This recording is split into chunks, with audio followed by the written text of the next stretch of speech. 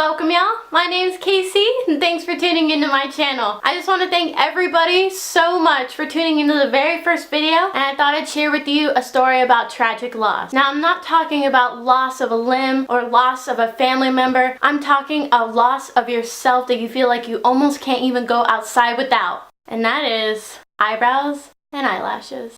Now, if it wasn't already obvious, I actually suffer from a nervous disorder called Trichotillomania, meaning that whenever I get frustrated or angry, upset, I'll actually take it upon myself to rip out my hair from my face to be able to deal with that complex emotion. And it started very, very gradual. At first, I would just pluck out maybe just a couple eyelashes just from the corners. It started moving on even into the middle of my lid, where I started ripping out the entire fucking lid. And once that was gone and it was swollen, I would sit there and I would cry and cry and cry and hate myself for what I looked like, and then the next day I'd start pulling out the bottom. Once the feelings came upon me, it was like a wave and I was completely powerless to stop it. I had to acknowledge that I wanted to rip out my hair and then rip it out to a point that finally I was satisfied with the work I had done. It really sucked and I would hate myself later, but if I didn't do it, it could get even worse and way more violent. It wasn't just as easy as just saying stop. Just looking at yourself and going, I'm probably gonna hate myself in the morning after doing this. That's not how it works with addiction. You just fucking do it because you hate yourself and your life's a mess.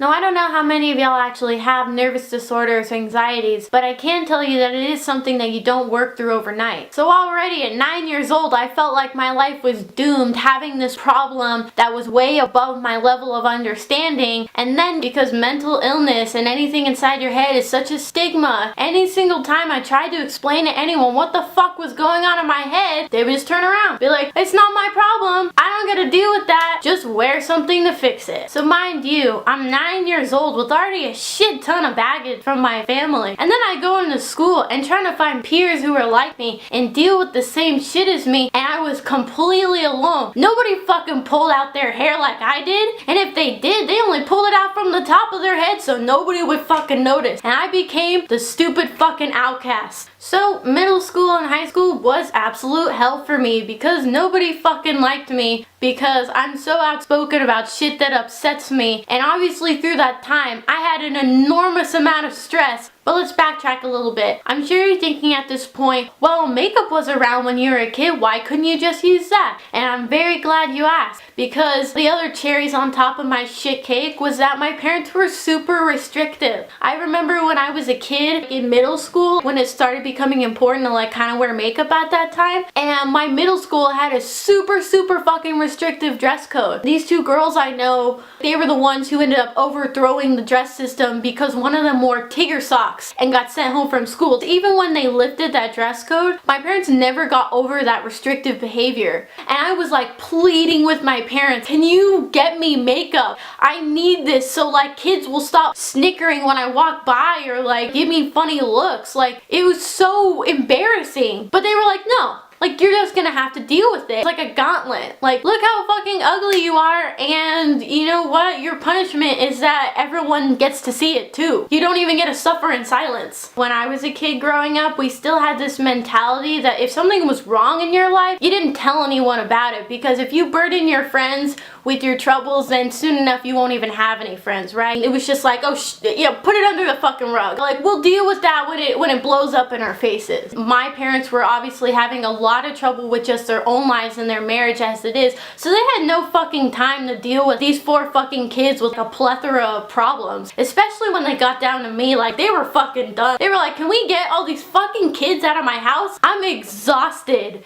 So when I came to them with my troubles, they were like, you're the 6th fucking kid, like what's new? What are you gonna tell us that's just gonna make our life even worse? And that just killed me. It made me realize that I had no one to talk to, not even the people who brought me into this fucking world. So I just internalized that hurt and depression farther and farther into myself and just kept working on the outside. My first encounters with makeup and hair dye obviously were a huge disaster. My parents were so restrictive about letting me use it that I would just try anything I can get my hands on and put it on my face and hair to make me feel better about myself. Obviously, as any beauty expert now knows, if you're not properly informed about application, you're gonna ruin your fucking face and hair even worse than when you started out. Put it all together and it came out to a pretty crappy picture where I knew absolutely no one. And to top it off, I looked really fucking weird.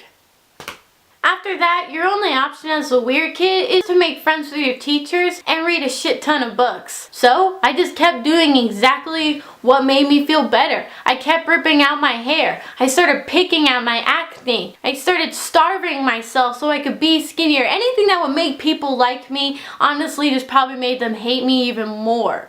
Unfortunately, people don't like reading even though they do it all the fucking time. Reading is not a thing anymore. A big surprise to me the other day was to find out that 80% of adults haven't been in a bookstore in 5 years. 5 years without fucking reading. Like, can't even. Going through this all, I want to say that books was probably the best solace I ever had to escape from anything, and I'll never regret how much reading I have done and how big my library is to this day. However, I do kind of regret talking to my teachers about some of this stuff. The best and worst thing about a teacher is that they are at a school system. It's that it is a safe place, but if you say something that is too negative, they have to report it. And it's really embarrassing when you have to try to explain to your parents why you were talking to a teacher instead of them, when obviously you figured out long ago that if you tried to explain anything to your parents, it would just make you feel fucking worse about the issue at hand.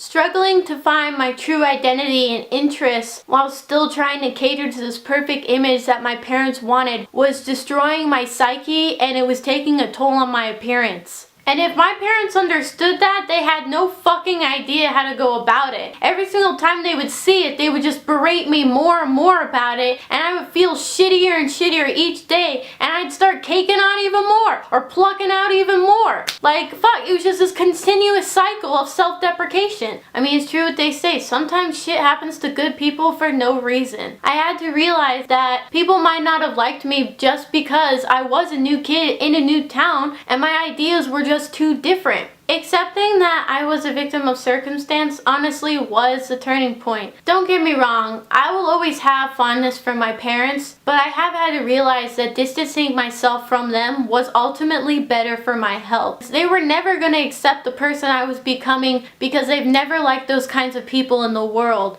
Blood does not give you an excuse to treat people like shit. Let me say that again. Just because you're related to someone doesn't mean you get an excuse to treat them like shit. It doesn't work like that. There's something called fucking karma, and the karma for my parents is that they don't get to talk to their daughter anymore. Going off on that, I want to say that not everything immediately resolved itself once I moved out of my parents, but it did help my situation a lot more, realizing that my parents were the trigger to my awful emotions. So I'm sure you guys have noticed that I do have a bit of eyelashes right now and some eyebrows, but that doesn't mean that I still don't slip up from time to time and rip them out. When I was younger, I actually was more inclined to rip at only my eyelashes. Now that I'm older, I am more inclined to rip at my eyebrows, which is why I want to do microblading, because it's a semi-permanent tattoo that'll make it so I don't have to worry about it. And when I mean worry about it, is that the thing that makes me pluck now is that I actually have no idea where my arch is anymore. Every time I try to draw in my eyebrows, I get so confused about how my eyebrows should look on my face that I will keep plucking out hairs so I can draw in, and then I'll wash off the makeup and be like, what the fuck did you just do, Casey? Like, that was really stupid. For the longest time, I ripped them out to near oblivion, and my eyes hurt constantly. I wore fake eyelashes so much that people actually didn't know that I didn't have eyelashes at all. That's how good I am at doing it, and I pride myself on that. The day that I knew I was getting better, I was going to Super Walmart. I'm walking through the aisles, and I'm going past this like little Halloween display, and it has Ardell lashes in there, and they had all the styles that I typically used to wear, and they were having a sale too on top of that. Each of these little lashes were $3 a piece. I was fucking psyched. Immediately, I started like pushing them all into my basket, going like, oh dude, this is my day, like, you know, I got all my eyelashes, life is good. And then I just like looked in my basket, and I was like, why am I even buying these when I have eyelashes already? Like, I can just use mascara to pump it up. I could just figure out how to do eyeshadow to make that look better. I don't need to keep putting on more when I already look fine. Ding, ding, ding, ding, ding, ding. Like, that was the thing. Like, ever since I was a kid, my parents had never taught me that I was okay. They never told me that, like, everything I was going through was, like, normal. It was fine. Like, and I was gonna get through it. Every single day, it was just another fucking rant on, like, you need to fix this about yourself. There's another thing wrong with you that you can't have in your life. Your life's gonna go to shit. But nobody fucking realized that me worrying about what if and everything that could happen was destroying my life.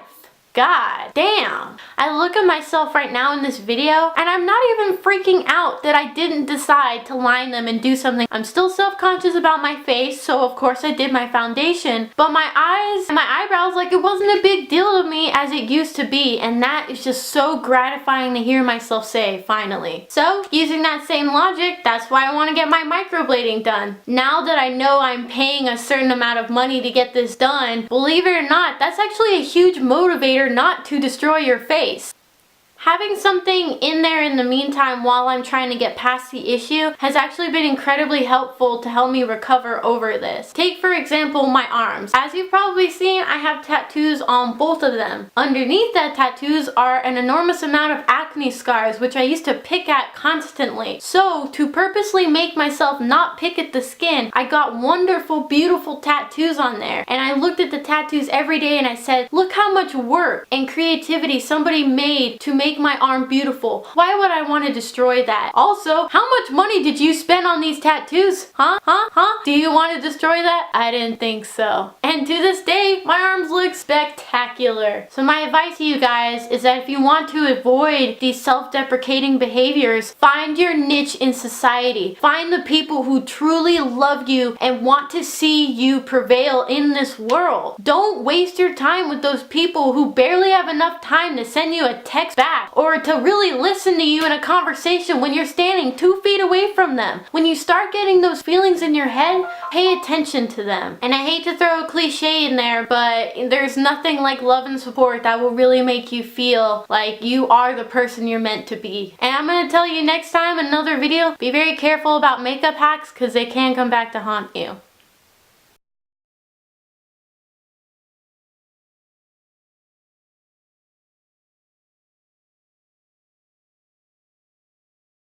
It was done. I had to let myself pip, you gotta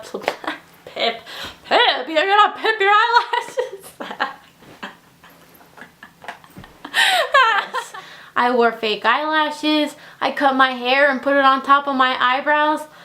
I wore really, really thick eyeliner, you know, like in the corners to try to like make it look like I had eyelashes. If you see me when I was like 16 up until about like 19, I really apologize for how crappy I was at makeup. I was a real amateur. But today, my life's falling apart.